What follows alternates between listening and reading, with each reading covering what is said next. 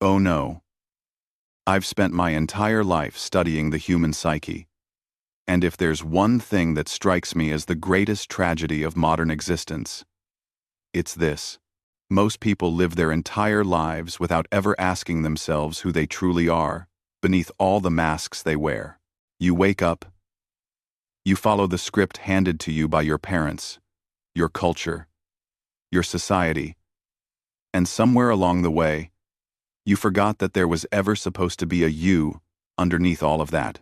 The executives climb their ladders, the doctors heal their patients, the teachers educate their students, and yet so many of them feel this gnawing emptiness, this sense that they're living someone else's dream. What if I told you that there's one tiny move, one simple act of consciousness, that can begin to shatter this prison? It's not dramatic. It's not a complete life overhaul. It's something so subtle that most people miss it entirely.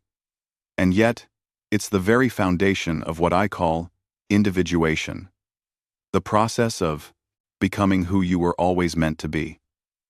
This move is learning to catch the gap, the split second between when life asks you a question and when you respond with the answer you were programmed to give. In that gap lives your authentic self, waiting to be heard. Most people never even notice it exists. Before we start, if you genuinely enjoy these videos, consider subscribing to our channel and comment what city and time you're watching from. I'm really curious where everyone is tuning in from. Now, let me be clear about what we're going to explore together today. This isn't about rebellion for rebellion's sake. It's not about rejecting everything your parents taught you or burning down the structures of society. That's just the ego playing another game, replacing one mask with another. What I'm offering you is something far more profound and far more difficult. It's the journey toward psychological wholeness, toward integrating all the parts of yourself that you've been taught to deny, suppress, or project onto others. You learned quickly which behaviors earned you love, which earned you punishment, which kept you safe, and which put you at risk. This is natural. This is necessary. But somewhere along the way, this adaptation became so complete that you forgot you were adapting at all. You started to believe that the mask was your face. I call this mask the persona. It's the social face we present to the world. The role we play to fit in, to be accepted, to survive in the collective. The persona isn't inherently bad. We need it. Without it, we'd be unable to function in society. But here's the critical distinction that most people miss. The persona is meant to be a tool you use, not a prison you live in. When you identify completely with your persona, when you believe that the role you play is who you truly are, you lose contact with the deeper self. What I call the self, with a capital S. The totality of who you are, including all the parts you've disowned. And here's what happens when you live exclusively through the persona. You start to feel a creeping sense of meaninglessness. You achieve the goals you were told to achieve. You check all the boxes. You make your parents proud. You earn the respect of your peers. And yet there's this hollow feeling inside, this voice that whispers in the quiet moments. Is this really it? Is this all there is? You might try to silence that voice with more achievement, more distraction, more of whatever drug your particular persona prefers, whether that's work, status, relationships, or substances. But the voice doesn't go away. It gets louder. Because that voice is yourself, trying desperately to get your attention, trying to tell you that you're living only a fraction of who you could be. What I'm going to show you today is how to hear that voice, how to recognize the gap between your conditioned responses and your authentic nature, and how to begin the sacred work of individuation.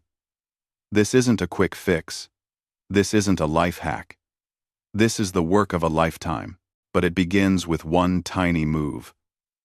One moment of consciousness. And that moment can change everything. I'm going to share with you 3 stories that illustrate this process. 5 practical methods you can begin using immediately, and the deeper psychological principles that govern why we get trapped and how we can free ourselves. By the end of our time together, you'll understand not just intellectually but viscerally what it means to live from your authentic self, rather than from the script others wrote for you. Let me start with a story, one that I think captures the essence of what we're talking about. Many years ago, I worked with a man I'll call Heinrich. Heinrich was a successful lawyer, mid-40s, respected in his field, wealthy by any measure, married with children. By all external standards, he had made it, and yet he came to see me because, as he put it, he felt like he was dying inside. Every morning, he told me, he would wake up and feel this weight on his chest, this dread about the day ahead. He would put on his suit, the armor of his profession, and he would feel himself disappearing, becoming smaller, becoming this thing that everyone expected him to be. Now, Heinrich's father had been a lawyer. His grandfather had been a lawyer. From the time Heinrich was a small boy, it had been assumed, never even questioned, that he too would become a lawyer. And Heinrich, being a good son, being an obedient child, had followed the path laid out for him. He excelled in school, attended the finest university, passed his exams with distinction, joined a prestigious firm. Every step of the way, he received approval, validation, love. He was doing it right. He was making his family proud. But here's what Heinrich had never done. He had never once asked himself if this was what he wanted. He had never paused in that gap between the sparred world's question and his conditioned response to check in with his authentic self. As we worked together, something remarkable began to emerge. Heinrich had always loved music, as a child. Before the weight of expectation crushed it out of him, he would spend hours at the piano, losing himself in the melodies, feeling something alive and true moving through him. But at some point, his father had made it clear that music was a hobby, not a serious pursuit. And if Heinrich wanted to be taken seriously, he needed to focus on serious things. And so Heinrich had closed the piano, closed that part of himself, and poured his energy into becoming the man everyone expected him to be. But that love, that authentic piece of his soul, it didn't disappear. It went into what I call the shadow, the repository of all the parts of ourselves we've rejected or denied. And from the shadow, it called to him, year after year, creating that hollow feeling, that sense of dying inside. Now, here's the critical moment in Heinrich's journey, the moment where the tiny move happened. One day, after months of our work together, Heinrich was in a meeting at his firm. A senior partner was asking him a question about a case, and Heinrich felt himself beginning to give the expected answer, the answer that would make him look competent, committed, like a team player. But in the split second before the words left his mouth, he paused. He actually felt it. The gap between the question and the programmed response. And in that gap, he heard a different voice, his voice, saying something else entirely. He didn't act on it in that moment. The gap was too new, too unfamiliar. He gave the expected answer, but he had felt it. He had noticed it. And that noticing, that tiny move of consciousness, was the beginning of his liberation. Over time, Heinrich learned to widen that gap, to pause more frequently, to check in with himself before responding automatically. What do I actually think about this? What do I actually feel? What does the deepest part of me want to say? And slowly, incrementally, he began to make different choices. He started playing piano again, just for himself, just for the joy of it. He began to set boundaries at work, to say no to cases that felt meaningless, to speak up when his authentic opinion differed from the party line. He didn't quit his job. He didn't blow up his life. But he stopped living exclusively through the persona of the successful lawyer and started to integrate more of his whole self into his existence. And the weight on his chest, that feeling of dying inside, it began to lift. This is what I mean by the tiny move. It's not about making massive changes before you're ready. It's about developing the capacity to notice the gap, to recognize when you're responding from conditioning rather than from your authentic self. Because once you can see it, once you can feel that split second of choice, everything changes. You're no longer a puppet, dancing to strings you can't see. You're a conscious being, capable of authoring your own life. Let me share a second story, one that takes us even deeper into this territory. I once knew a woman, I'll call her Anna, who came from a very religious family. From childhood, she had been taught that certain thoughts were good and certain thoughts were evil, that certain desires were pure and certain desires were sinful. She had internalized these teachings so completely that she had become, in her own words, a perfect daughter, a perfect believer, a perfect example of the faith. But perfection, as I've learned, is often the enemy of wholeness. Because to be perfect according to someone else's standards means rejecting vast portions of yourself, casting them into the shadow where they fester and grow in darkness. Anna began having dreams, powerful, disturbing dreams that terrified her. In these dreams, she would do things that her conscious mind found abhorrent. She would rage. She would seduce. She would destroy. She would wake up feeling dirty, ashamed, convinced that there was something evil inside her trying to get out. And in a way, she was right. But not in the way she thought. What was trying to get out wasn't evil. It was her wholeness. All the parts of herself she had been taught to reject. All the natural human emotions and desires that her religious upbringing had labeled as sinful. When Anna and I began working together, I introduced her to a concept that initially shocked her. The shadow is not your enemy. The shadow contains everything you've disowned, yes. But it also contains tremendous energy, creativity, and vitality. It contains the very things you need to become whole. Your task isn't to destroy the shadow or keep it locked away. Your task is to integrate it, to bring it into consciousness, to accept that you are not just the good girl, the perfect daughter, but a complete human being with the full range of human experience inside you. This was terrifying for Anna at first. To even consider accepting her rage, her sexuality, her selfishness, felt like betraying everything she had been taught. But here's where the tiny move came in. I asked her to start doing something very simple. Whenever she noticed herself having a thought or feeling that she immediately wanted to suppress or judge, I asked her to pause in that gap between the thought arising and the judgment falling. Just for a moment, just long enough to say to herself, "This is also me." Not to act on every impulse, not to abandon her values, but simply to acknowledge, yes, this thought exists inside me, and I can be curious about it rather than immediately condemning it. At first, this practice was agonizing for Anna. Years of conditioning don't dissolve overnight. But gradually, something shifted. She began to notice that when she paused, when she acknowledged these shadow elements instead of immediately repressing them, they lost some of their power. The rage that felt so terrifying when she fought against it became, when she accepted it, simply anger, a natural human emotion, with important information to convey.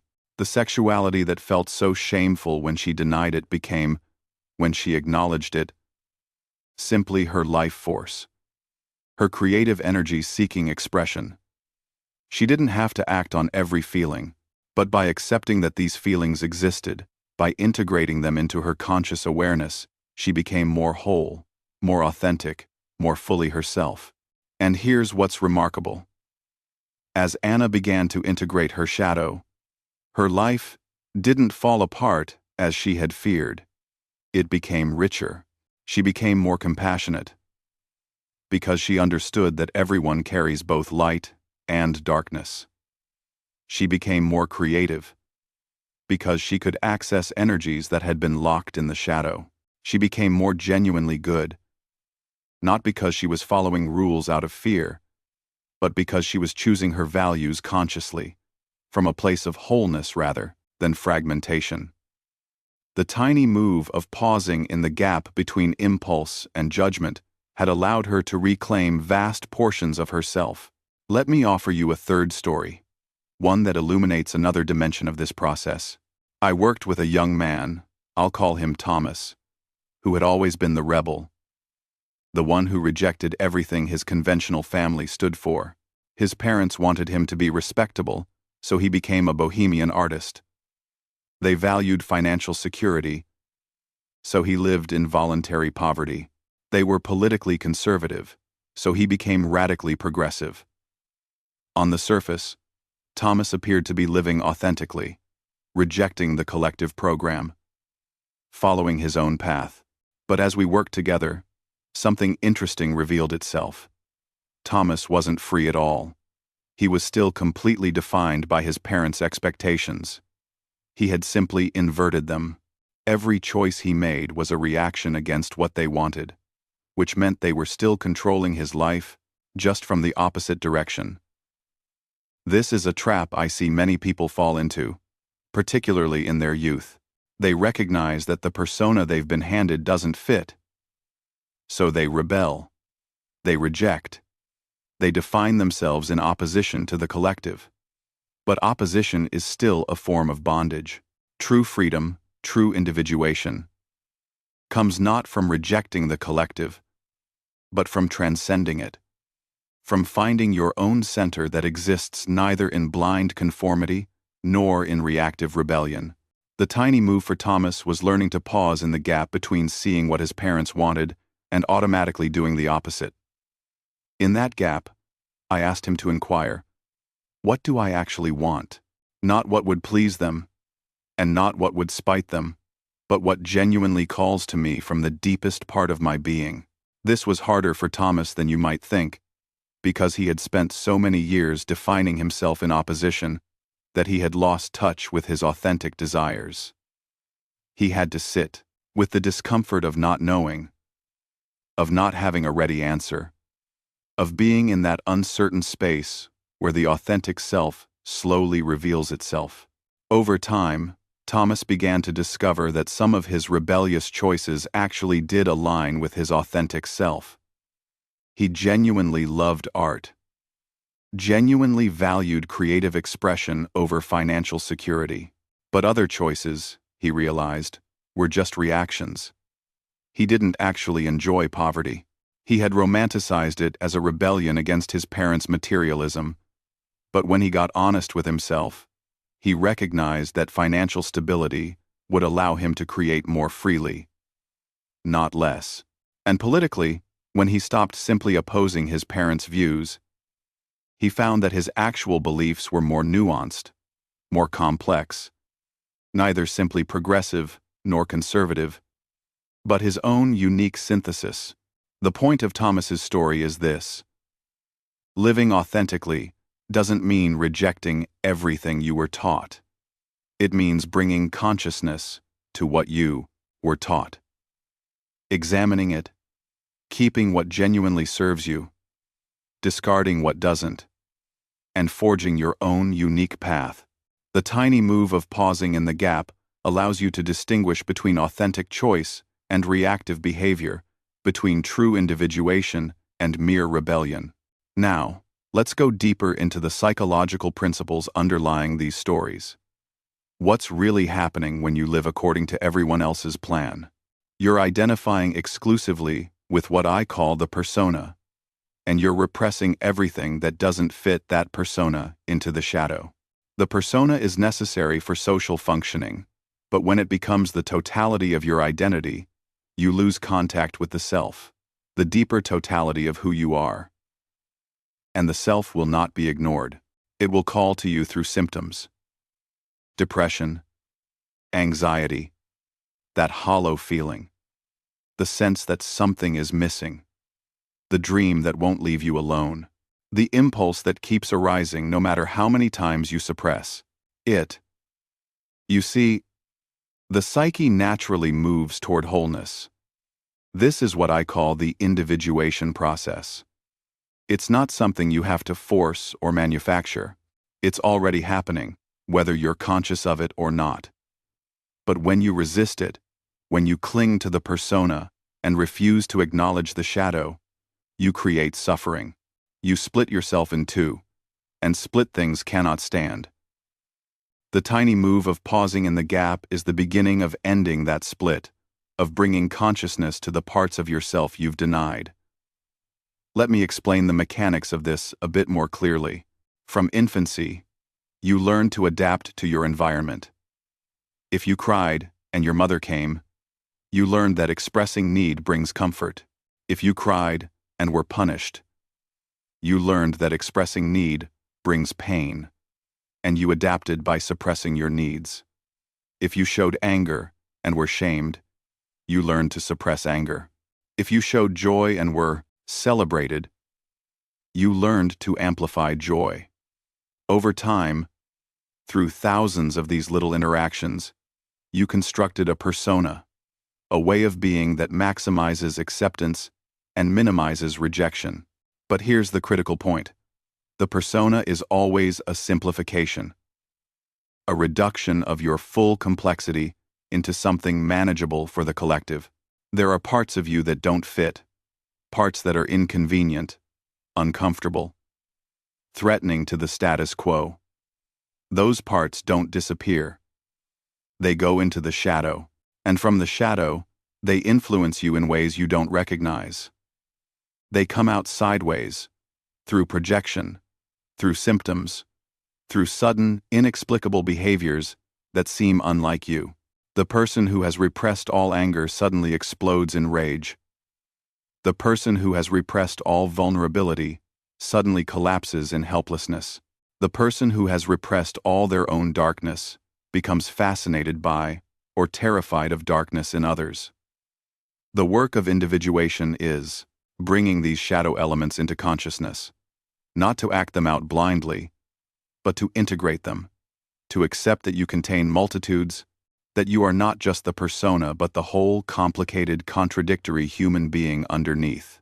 And this work begins with the tiny move of noticing the gap, the space between stimulus and response, where your authentic self resides. Now, you might be asking, how do I know when I'm responding from conditioning versus responding from my authentic self? This is a crucial question. Let me offer you some indicators. When you're responding from conditioning, from the persona, there's usually a quality of automaticity, of not really choosing, but just doing what you always do. There's often a sense of performing, of being on stage, of monitoring yourself from outside to make sure you're getting it right. There might be a feeling of heaviness, of obligation, of should. I should do this. I should feel this way. I should want this.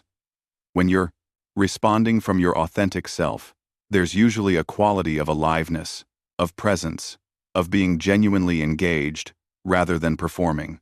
There's often a sense of rightness that you feel in your body. Not a rightness based on external approval, but an inner knowing. This is me. This is true. There might still be fear, because the authentic self often wants things that the persona finds threatening. But underneath the fear is a sense of vitality, of energy, of yes.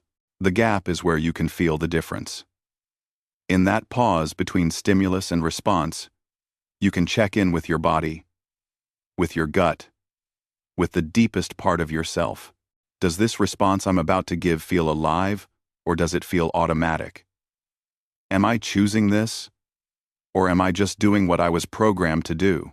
Am I speaking my truth, or am I saying what I think I should say?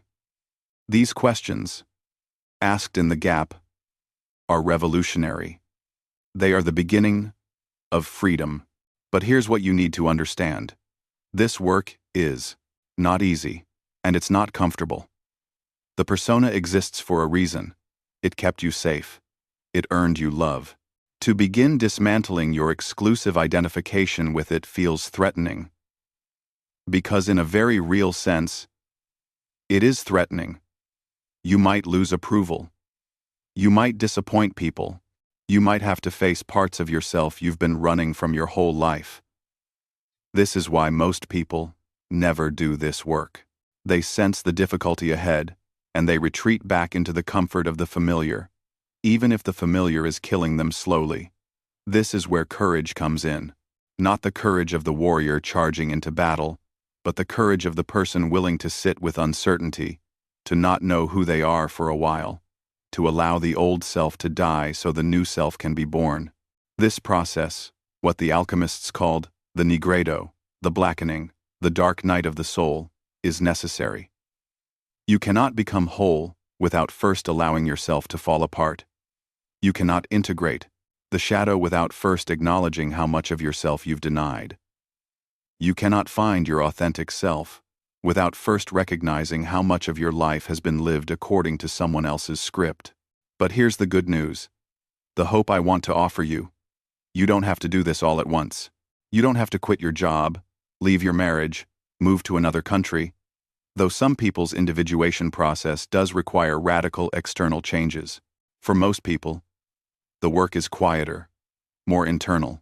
It begins with the tiny move of noticing the gap, of pausing before you respond automatically, of asking yourself, is this really me, or is this just my conditioning? And then, bit by bit, choice by choice, you begin to align your external life with your internal truth. Let me share with you now 5 practical methods you can begin using immediately to develop this capacity, to widen the gap, to strengthen your connection to your authentic self. These are not theoretical exercises. These are practices I have used with countless individuals. Practices that work if you actually do them. The first method is what I call the pause practice. Several times throughout your day, particularly in moments when you're about to respond to someone or make a choice, pause for just 3 conscious breaths. Don't try to change anything. Don't try to figure out the right answer. Just pause. Breathe. Notice what you're feeling in your body. Notice what thoughts are arising. Notice the impulse to respond in a certain way. And then, from that place of pause, from that gap, choose your response. At first, you might still choose the conditioned response. And that's fine.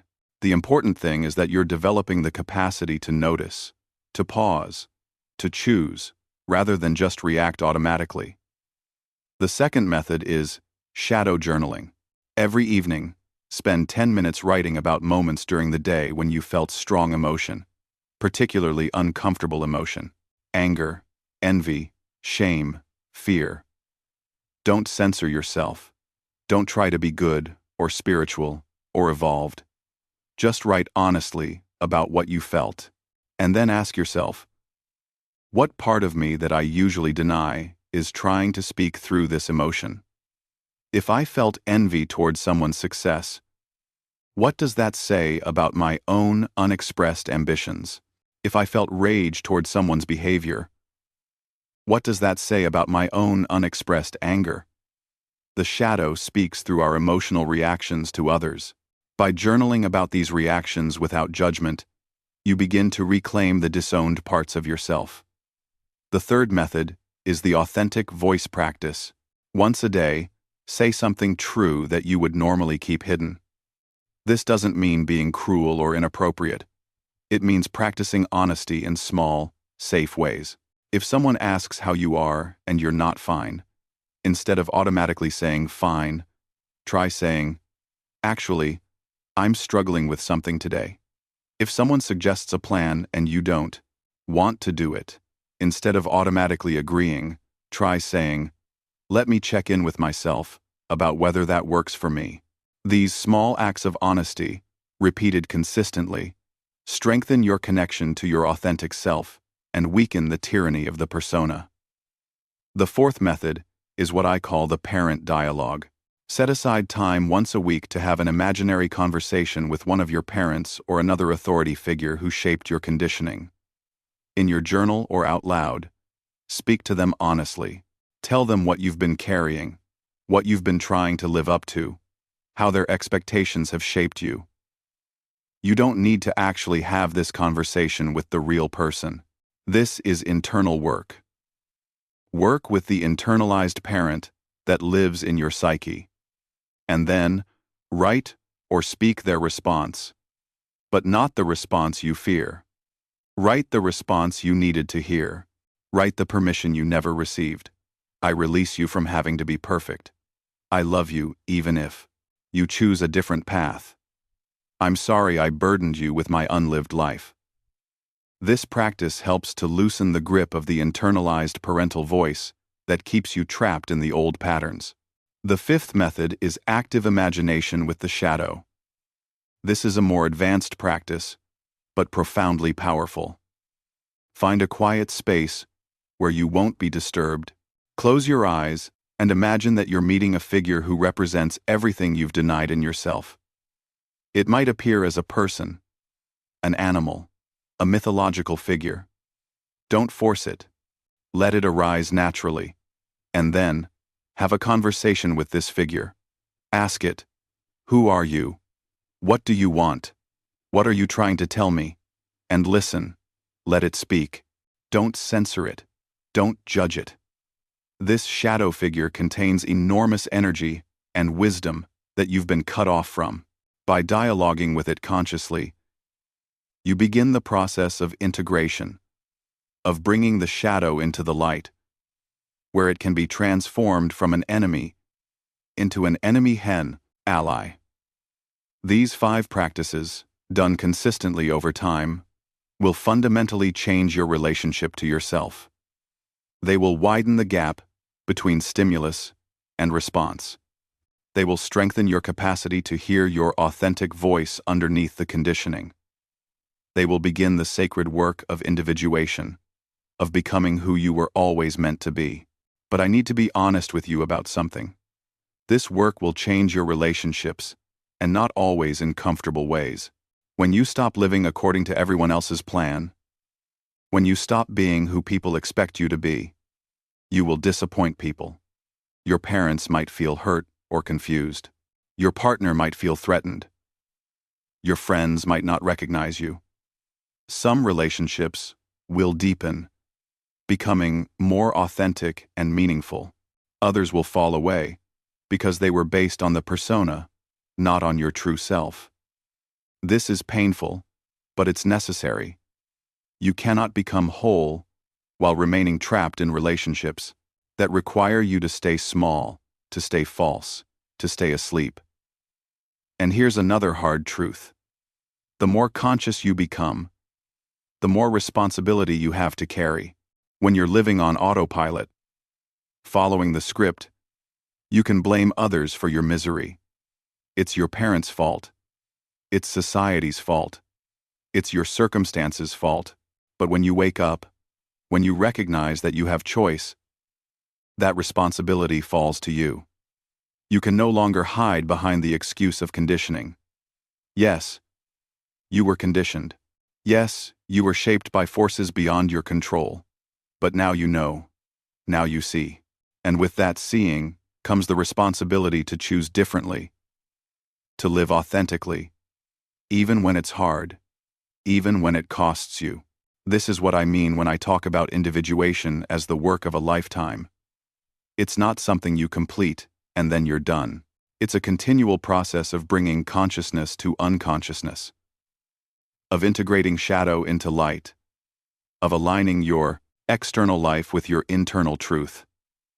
There will be periods of clarity and periods of confusion. There will be breakthroughs and there will be backsliding.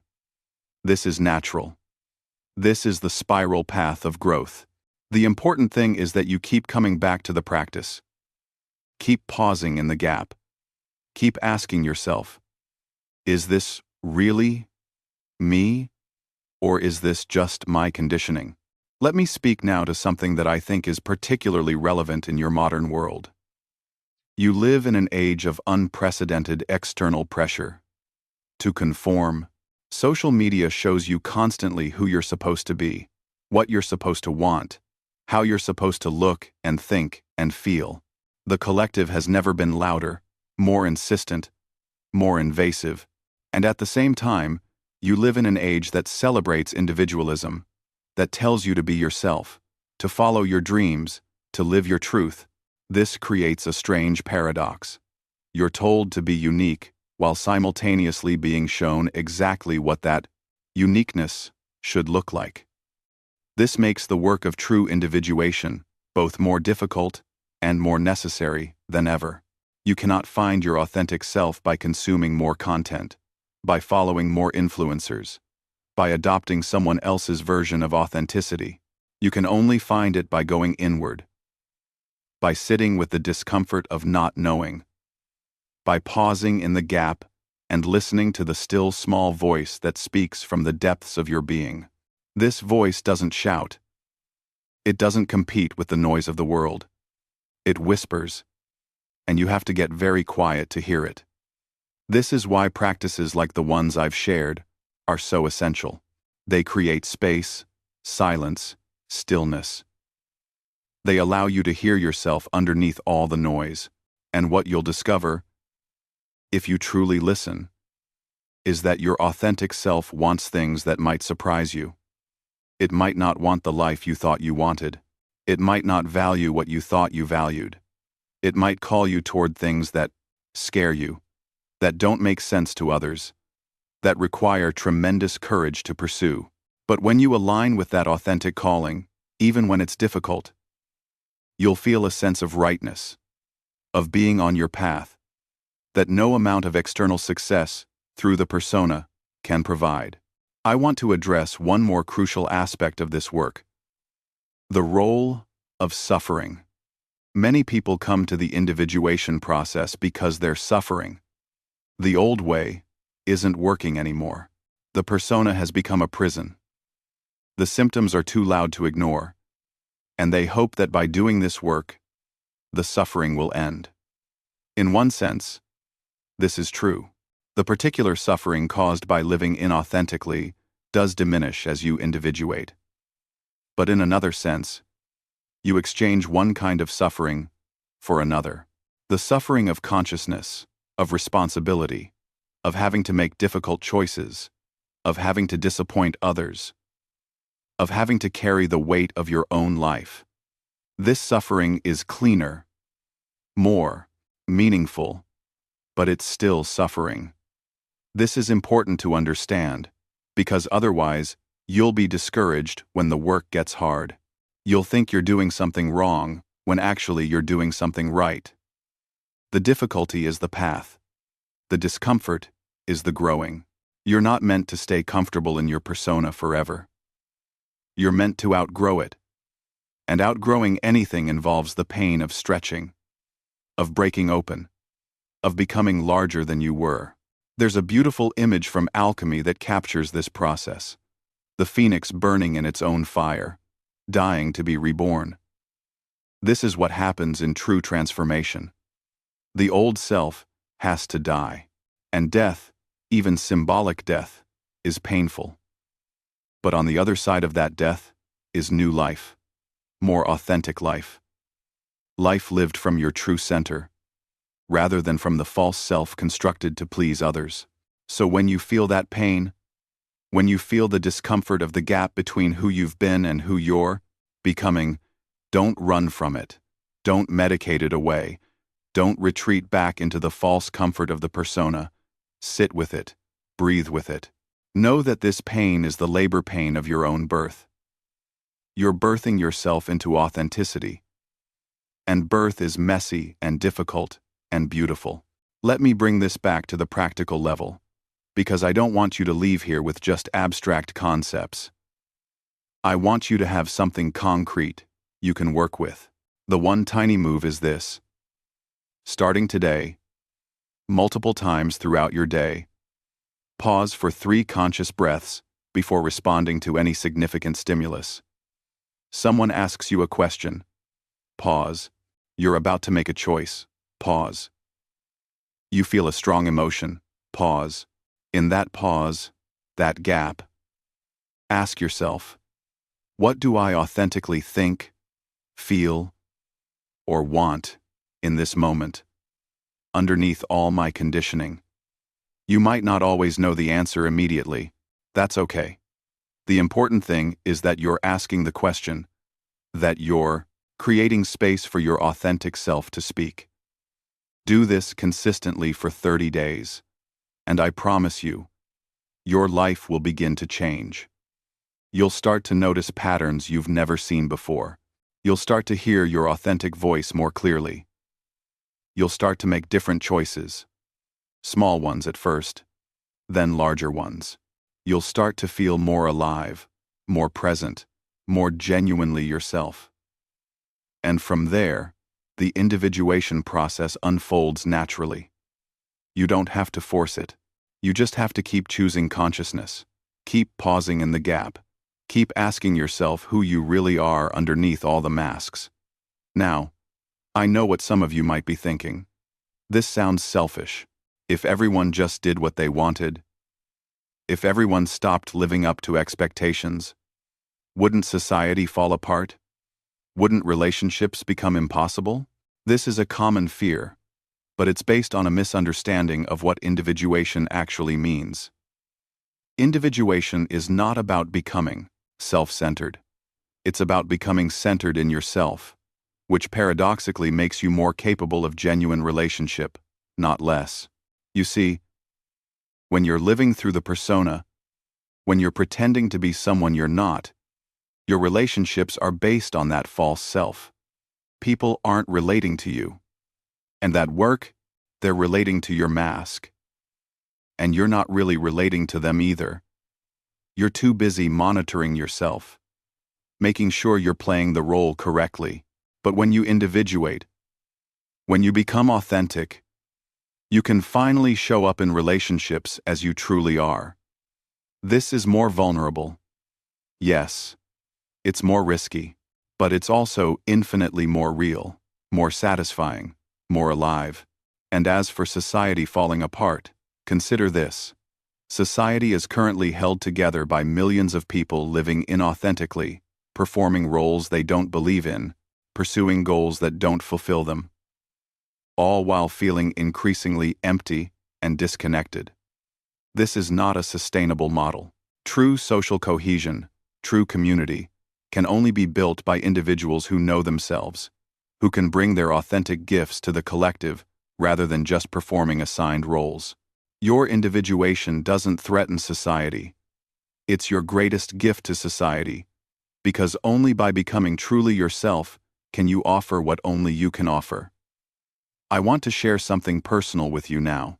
When I was a young man, I was on track to follow in my father's footsteps, to become a country pastor, to live a respectable, conventional, religious life. That was the plan laid out for me, the expectation. And for a while, I tried. I studied theology. I prepared for the ministry, but there was this gap, this dissonance between what I was supposed to become and what I actually felt called toward. I was fascinated by questions that didn't have easy answers, by the darkness in the human psyche, by the symbols and myths that arose from the unconscious. These interests didn't fit the persona of the good pastor. I had a choice. I could suppress these interests, force myself into the mold, live according to the plan. Many people do this. They succeed, at least externally. But I knew, even then, that if I did that, something essential in me would die. So I took a risk.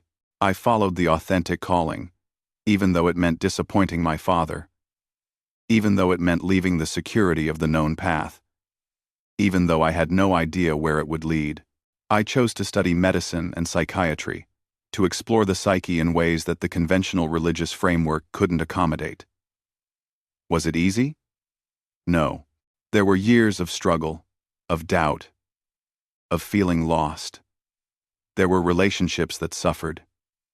There were times I wondered if I'd made a terrible mistake, but here's what I know now.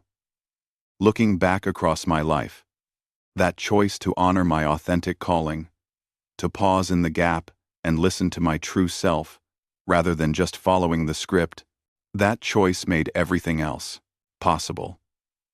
All the work I've done, all the understanding I've gained, all the people I've been able to help, it all flows from that one moment of choosing authenticity over conformity.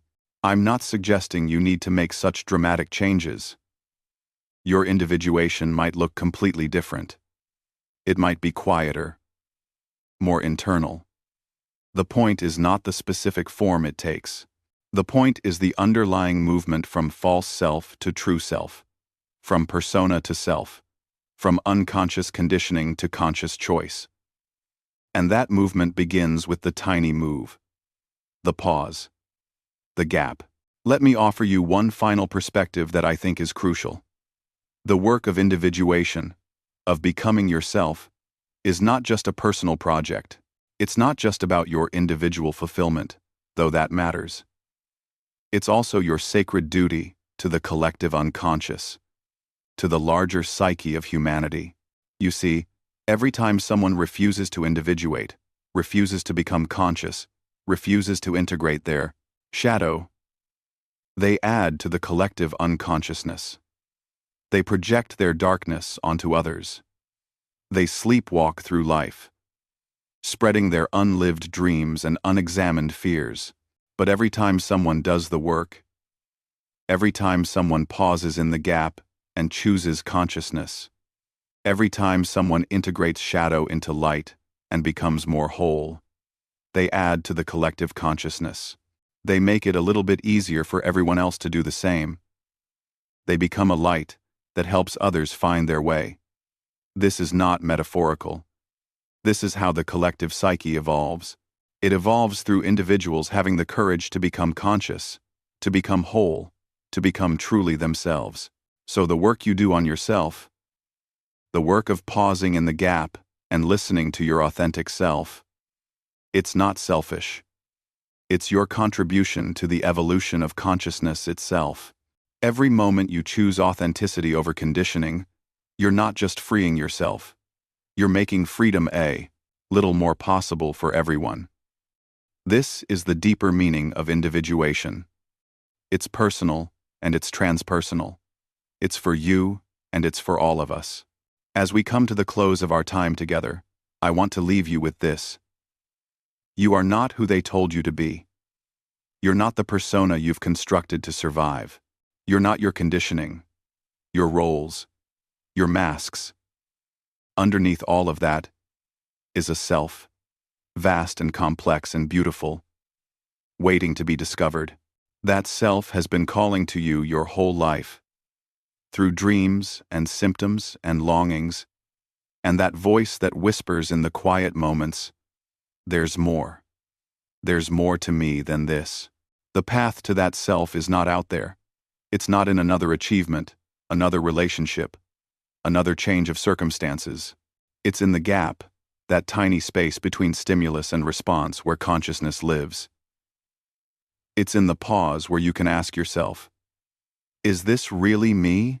It's in the courage to listen to the answer, even when it's inconvenient, even when it's frightening, even when it requires you to disappoint the people you love. This is the work of a lifetime. The sacred work of becoming who you always were underneath all the layers of false self. It's difficult. It's uncomfortable. It requires tremendous courage, but it's also the only thing that will truly satisfy the deepest longing of your soul. You were not put here to live someone else's dream. You were put here to discover and live your own unique truth. And that discovery begins with one tiny move, one conscious pause, one moment of listening to the authentic voice inside you that knows who you really are. So here's what I'm asking you to do. Starting right now, today, this moment, begin practicing the pause. 3 conscious breaths. before you respond to anything significant. In that pause, in that gap, ask yourself, what do I truly think, feel, want? Listen for the answer. It might not come immediately. That's okay.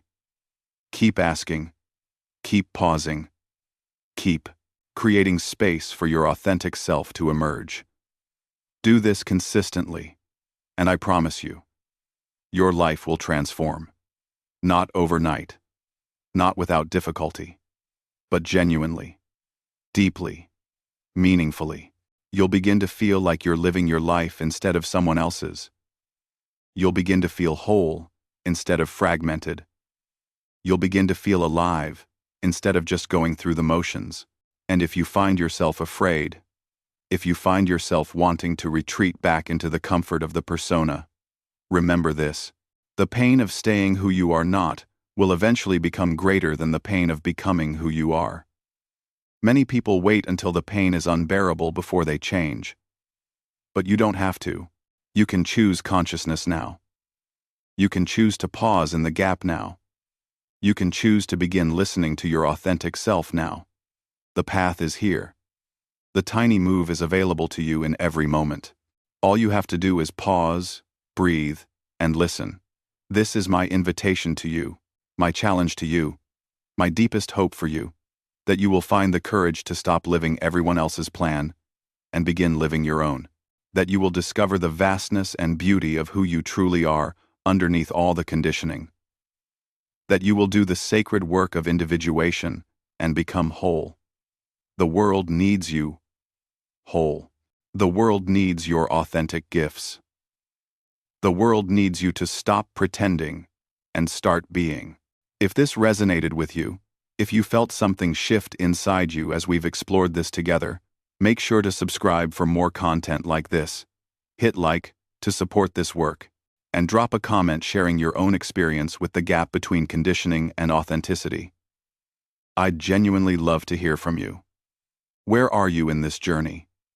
What are you discovering about yourself? What's one tiny move you're ready to make? Let's build a community of people committed to consciousness, to wholeness, to living authentically. Thank you for spending this time with me. Thank you for having the courage to question who you've been told to be. The journey to your true self begins now.